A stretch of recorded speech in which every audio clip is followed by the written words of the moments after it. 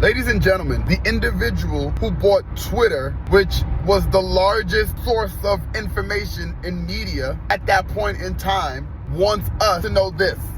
He wants us to know that black folks commit violent crimes against white folks way more than the other way around. I don't really know. But here's what I'm asking.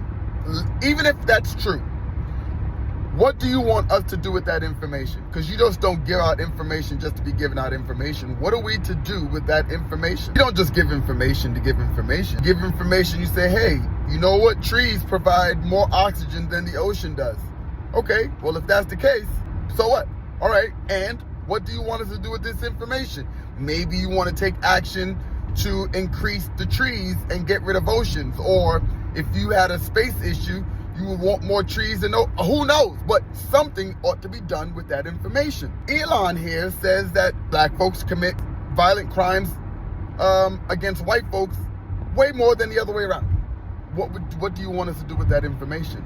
Elon has you don't have to look far, and there's another post from Mr. Musk that talks about, what should be done with politicians who let in, and I quote, savages from third world countries.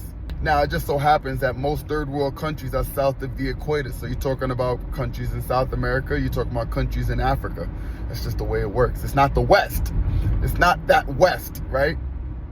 But it's those folks. Elon, what do you want us to do with this information? What is your call to action? And if anybody can figure out Elon's call to action or what he wants to be done with this information, then you should probably realize why you should be concerned.